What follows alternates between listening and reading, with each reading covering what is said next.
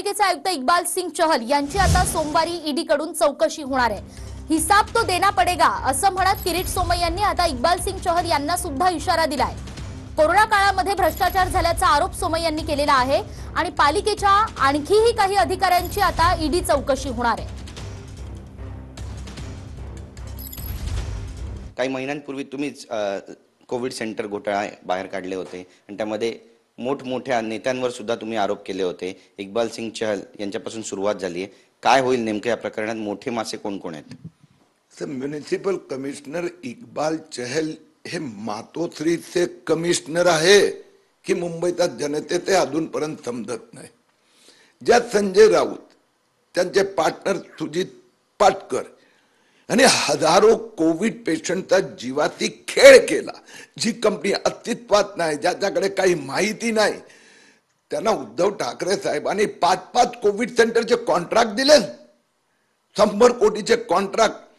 आणि त्याच्यावर माझी तक्रार हे आझाद मैदान न्यायालयाने मंजूर करून घेतले, FIR झाली। आज 140 दिवस झाले चहल साहेब म्हणतात मी डॉक्युमेंट देणार नाही। CAG केगला त्यांनी लीगल नोटीस पाठवली, मुंबई पोलीसला डॉक्युमेंट दिले नाही, ईडीला नाही दिले, इन्कम टॅक्सला दिला नाही, कंपनी अफेअर्स मिनिस्ट्रीला दिला नाही। आता चहल को हाजिर होना पडेगा। तुम्ही या संदर्भातलं एक ट्विट सुद्धा केलेलं आहे, या सगळ्यांना त्यांनी डॉक्युमेंट दिले नाहीये, नेमकं कारण काय आहे? असं आहे की ते डॉक्युमेंट माझ्याकडे आहेत। सुजित पाटकर ज्याची कंपनी रजिस्टर्ड नाही, अस्तित्वात नाही, ज्याला ब्लॅकलिस्टिंग महाराष्ट्र सरकारने केलं होतं, त्याला कॉन्ट्रॅक्ट इक्बाल चहल म्युनिसिपल कमिशनरनी दिले, त्यांच्या सहीने कॉन्ट्रॅक्ट देण्यात आलेले आहेत। आणि म्हणून हा घोटाळा उघडकीस आला तर महापालिकेचे अनेक अधिकारी अडचणीत येणार। त्यामुळे अशा प्रकारचे धंदे लोकांचा जीवाशी खेळण्याचं पाप केलं आहे। हिसाब घेऊनच राहणार। उद्धव ठाकरे यांचा मुंबई महापालिकेचा माफिया कॉन्ट्रॅक्टरनी जे कोविड घोटाळा केला आहे तो जनतेसमोर येणार। CAGनी पण ऑडिट सुरू केलाय, मुंबई पोलीसनी पण इन्व्हेस्टिगेशन सुरू केलंय, ईडीने पण सुरू केलंय।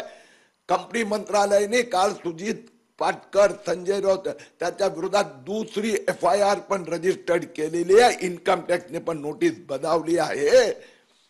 आता सुजित पाटकर आणि सुजित पाटकरला 100 कोटीचे कॉन्ट्रॅक्ट, कोट्यावधी रुपये त्याच्या बँकेत जमा झाले।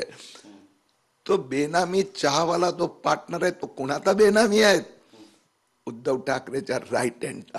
कोण आहे उद्धव ठाकरेंची राईट हँड? आणि हे पैसे त्या राईट हँडच्या खात्यात गेले आहे, पुरावे आहे।